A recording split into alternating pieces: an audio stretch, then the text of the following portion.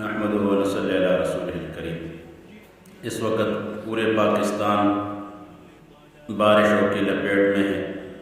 اور یہ اللہ کی ناراضگی کی علامات ہیں۔ موسیٰ علیہ السلام نے اللہ سے پوچھا، عرض کہ یا اللہ آپ جب ناراض ہوتے ہیں تو کیا علامات ہوتے ہیں، اور جب راضی ہوتے ہیں تو کیا علامات ہوتے ہیں؟ تو اللہ نے فرمایا، موسیٰ جب میں راضی ہوتا ہوں تو حکومت درد مند لوگوں کو دے دیتا ہوں، بارشیں وقت پہ برساتا ہوں اور مال سخیوں کو دے دیتا ہوں، اور جب ناراض ہوتا ہوں تو میری ناراضگی کا یہ علامت ہے کہ میں مال بخیلوں کو دے دیتا ہوں، حکومت بے وقوف لوگوں کو دے دیتا ہوں، اور جب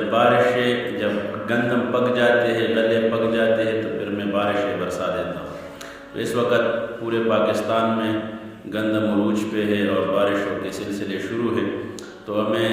چاہیے کہ ہم استغفار کریں، پورے ملک والے، پورے زمیندار، مالدار، غریب، مرد، عورت استغفار کی کثرت کرے،